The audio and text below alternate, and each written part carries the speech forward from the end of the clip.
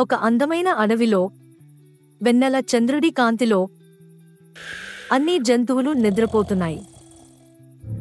కాని ఒక పెద్ద జంతువు ఇంకా జాగ్రత్తగా ఉంది. అది లియో సింహం, అడవిలో రాజు.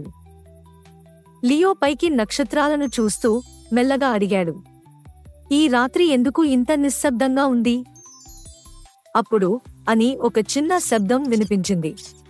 చిన్న పుల్లల్లో ఎవరో ఉన్నారు. అది చిన్న ఎలుక. అది చేతిలో మెరుస్తున్న పండుతో పరిగెడుతోంది. చిన్న ఎలుక, ఇంతగా ఏం చేస్తున్నారు? లియో ఆశ్చర్యంగా అడిగాడు. చిన్న ఎలుక తేలికగా చెప్పింది, నేను నక్షత్రాల ముత్యాలు వెతుకుతున్నాను. అవి రాత్రి మాత్రమే మెరుస్తాయి. లియో నవ్వుతూ అన్నాడు, అవును, నేను నీకు సహాయం చేస్తాను.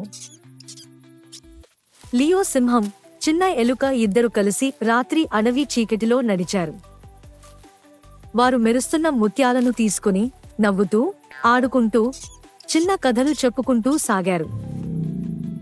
మార్గంలో చిన్న ఎలుక బుట్ట నింపుకుంది.